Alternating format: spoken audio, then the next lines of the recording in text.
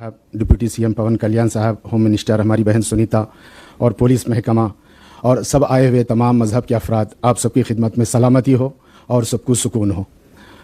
मैं उर्दू में बोलूँगा, आप थोड़ा सा समझने की कोशिश करें। तो अभी मेरे भाई शुबली बात करे पड़ोसी देश, दायादी देश बोल के, मैं साफ बोलता हूँ पाकिस्तान।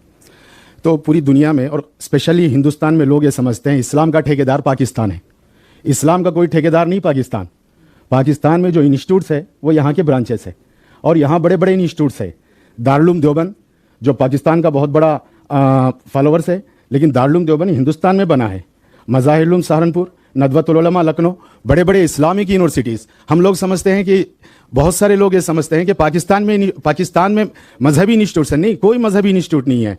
वो दहशतगर्दों के इदारे है जिसका मजहब से कोई ताल्लुक नहीं। इन दहशतगर्दों का दुनिया भर में, नहीं पूरे वर्ल्ड में, अगर कोई फैसला मानता है पूरी दुनिया में, इंक्लूड आज के दिन सऊदी में, दुबई में, कतर में, मिस्र में, इजिप्ट में, तो इंडियन मुस्लिम स्कॉलर्स की बात मानते हैं, पाकिस्तान की नहीं है।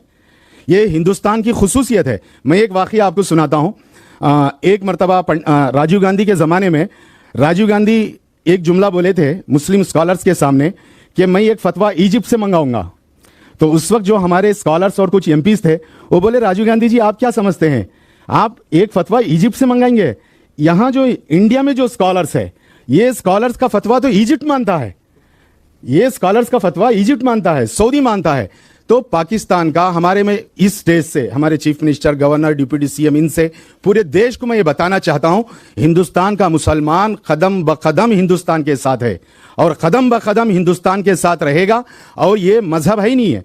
इसको इस लड़ाई में मैं मुस्लिम स्कॉलर से, मुस्लिम स्टूडेंट से, मुस्लिम यूनिवर्सिटीज से मैं एक पैगाम देना चाहता हूं, इस कभी भी लड़ाई को देश की लड़ाई रखे, फौज की लड़ाई रखे, उसे कास्ट की लड़ाई ना बने, मजहब की लड़ाई ना बने, इस्लाम की लड़ाई ना बने।